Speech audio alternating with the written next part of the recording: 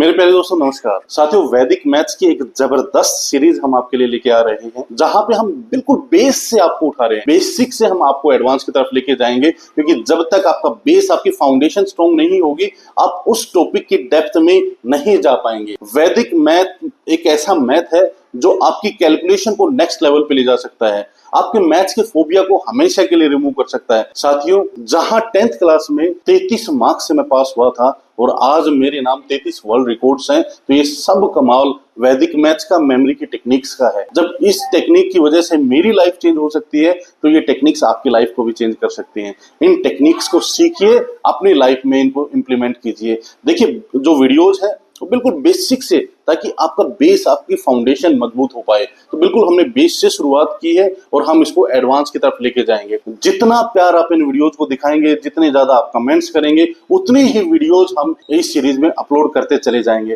तो अपना प्यार आपको कमेंट बॉक्स में जरूर दिखाना है और साथ ही पेन पेपर लेके बैठना है। जितनी ज्यादा आप प्रैक्टिस करेंगे, उतनी ही कैलकुलेशन आपकी अच्छी होती चली जाएगी। क्या है Vedic maths? Vedic maths is a super fast way of making all mathematical calculation easy and fast. आज हम बात करने वाले हैं बेस मल्टीप्लिकेशन की।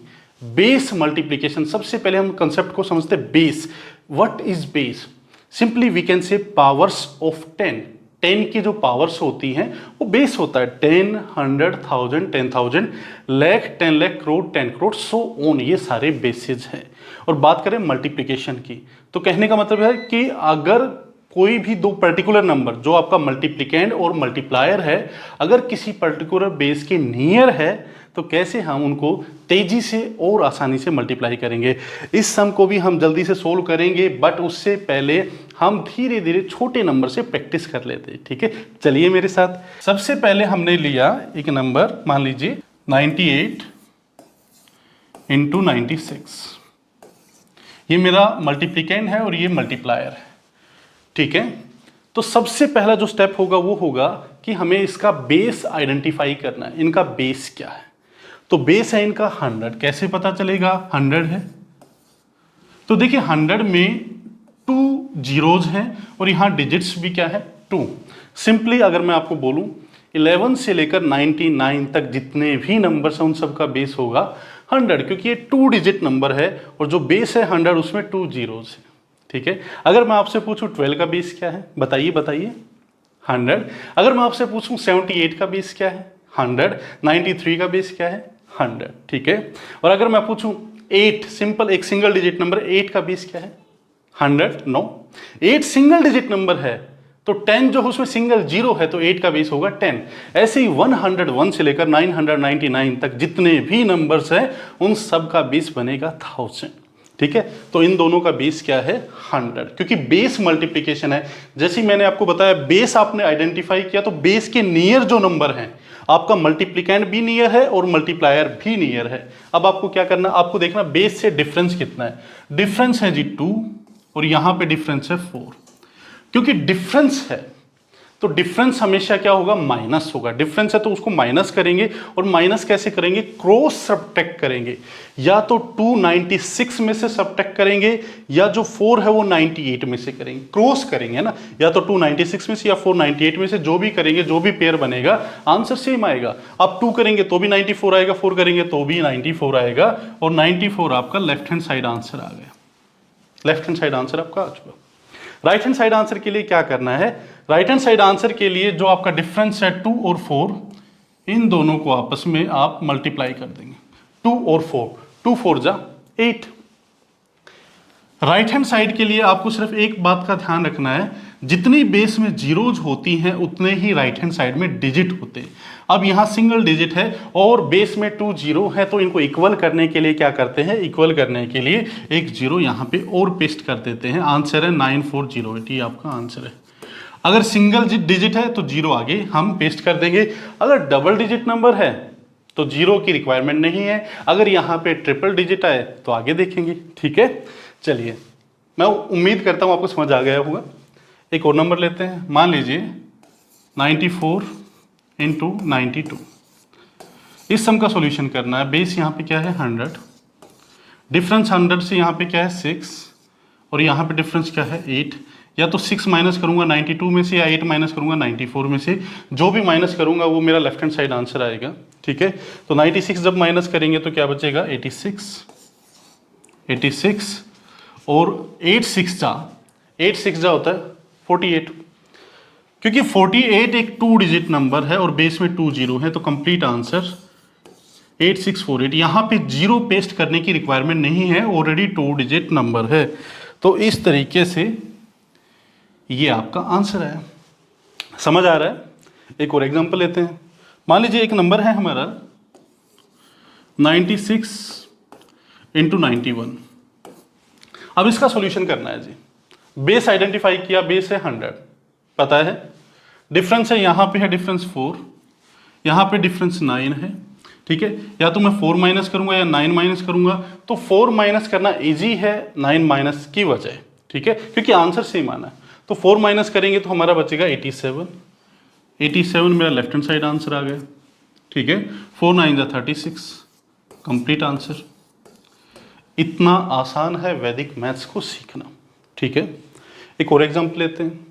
मान लीजिए 88 इंटू 89। अब देखिए, अब यहाँ पे बेस क्या है, बेस है 100, तो यहाँ पे डिफरेंस क्या है 12, यहाँ पे डिफरेंस क्या है 11। ठीक है, 12 और 11, या तो मैं 12 को माइनस करूंगा 89 में से, या मैं 11 को माइनस करूंगा 88 में से। यहाँ पे आपके माइंड में एक क्वेश्चन आ रहा होगा कि सर जो ये नियर जो नंबर्स होते हैं ये रेंज कहाँ तक होती है? तो रेंज मैं बता दूं, अगर बेस 100 है 81 से लेकर 99 तक ही आप जाएं, इससे बियॉन्ड जाने का प्रयास ना करें, अदरवाइज ये जो सम है टफ हो जाएगा, है ना, 81 से लेकर 99 तक। ठीक है, हाँ एक कंडीशन और भी हो सकती है, अगर एक नंबर 81 से लेकर 99 तक हो और दूसरा नंबर अगर दूर भी है, फॉर एग्जांपल 56 या 72 है, तो भी उसका आंसर जल्दी से और आसानी से किया जा सकता है। बट वो कब होगा? जब आपकी प्रैक्टिस अच्छे से हो जाएगी, पहले जैसे सिंपल नंबर से प्रैक्टिस करेंगे। ठीक है, यहाँ पे देखिए, या तो 11 माइनस करेंगे या 12 माइनस करेंगे। मान लीजिए 11 माइनस किया हमने तो ये हो गया 77। ठीक है, और 12 इंटू 11 ये कितना हो गया 132, ये हो गया जी 1। जब आप 12 को 11 से मल्टीप्लाई करेंगे 132।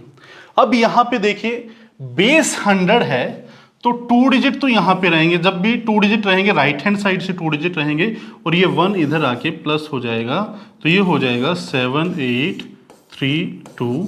ये आपका आंसर आ चुका। ठीक है, समझ आए सब कुछ, कंसेप्ट क्लियर? अब आगे बढ़ते हैं। चलिए आगे बढ़ने के लिए आप थोड़े से टफ सम हम लेते हैं। मान लीजिए एक क्वेश्चन है 998 इंटू 996, 3 डिजिट नंबर पे। अब बताइए, सबसे पहले स्टेप 1, यहाँ पे बेस क्या होगा? बेस होगा 1000। 1000 क्यों होगा? क्योंकि 1000 में 3 जीरोज हैं और यहाँ पे 3 डिजिट। ठीक है, ये देखिए यहाँ पे 1000 में 3 जीरोज, यहाँ पे 3 डिजिट है। अब डिफरेंस क्या है? यहाँ पे डिफरेंस है 2, यहाँ पे डिफरेंस है जी 4। यहाँ पे या तो 2 माइनस करेंगे या 4 माइनस करेंगे। 2 माइनस करेंगे तो 994, ये आपका लेफ्ट हैंड साइड आंसर आ गया। और राइट हैंड साइड आंसर के लिए क्या करना है? राइट हैंड साइड आंसर के लिए 2 4 जा 8, 2 4 जा 8। उसके बाद देखिए ये एक सिंगल डिजिट नंबर है, यहाँ पे ट्रिपल जीरोज हैं, तो यहाँ पे कितनी जीरो आएंगी? 2। आंसर। क्या कुछ भी मुश्किल है? नहीं, एकदम आसान है। मजा आया करने में?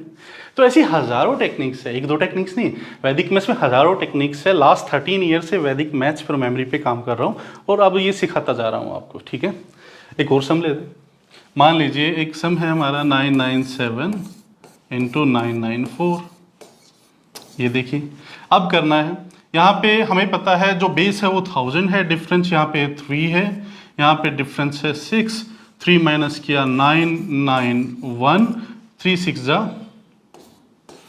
18 और यहाँ पे एक जीरो और आ गया।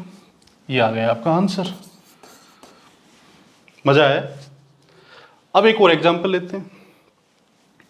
एक क्वेश्चन है 9998 इंटू 9997। अब यहाँ पे 4 डिजिट नंबर है जी। अब 4 डिजिट नंबर है तो यहाँ पे बेस क्या बनेगा? यहाँ पे बेस बनेगा 10,000। डिफरेंस क्या है? 2 है। डिफरेंस क्या है? 3 है। 2 माइनस करेंगे 9 9 9 5, 2 3 जा 6, और यहां पे जीरोज कितनी एक्स्ट्रा आएंगी? 3 जीरोज, क्योंकि यहां पे 4 डिजिट हमें चाहिए। ठीक है, 3 जीरोज, ये आपका आंसर आ गया।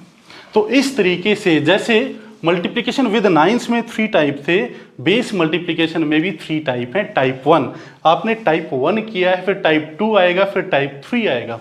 अगर आप वैदिक मैथ सीख रहे हैं तो सिस्टम से सीखिए। अगर अभी तक आपने पुराने वीडियोज नहीं देखे हैं, लिंक आपको डिस्क्रिप्शन में मिल जाएगा, देखिए प्लीज, क्योंकि सारे वीडियोज आपस में कनेक्टेड है। प्रैक्टिस सेट्स कहाँ मिलेंगे? आपको टेलीग्राम ग्रुप में मिलेगा, जिसका लिंक आपको डिस्क्रिप्शन में मिलेगा। वीडियो अगर पसंद आया तो लाइक करना ही करना है, अदरवाइज डिसलाइक करो। या तो लाइक करो या डिसलाइक, कोई तो एक्शन आप लो। और इस वीडियो को शेयर कीजिए, क्योंकि मैथमेटिक्स इंडिया में काफ़ी सारे बच्चों की प्रॉब्लम है। जरा सोचिए, जिनका मैथ्स वीक है, जब उनको ये टेक्निक्स मिलेंगी तो उनको कितना अच्छा लगेगा और वो अपनी लाइफ में कहीं भी जा सकते हैं। मेरा भी मैथमेटिक्स वीक था, बट मैंने वैदिक मैथ सीखा तो वैदिक मैथ्स में वर्ल्ड रिकॉर्ड्स बना दिए। आप भी बना सकते हैं और वो बच्चे भी बना सकते हैं। तो ये जिम्मेदारी आपकी। मैंने अपना फर्ज निभाया आपको सिखा के, अब आपका फर्ज है इसको शेयर करना, जितना ज़्यादा हो सके इस वीडियो को शेयर करना। Thank you so much.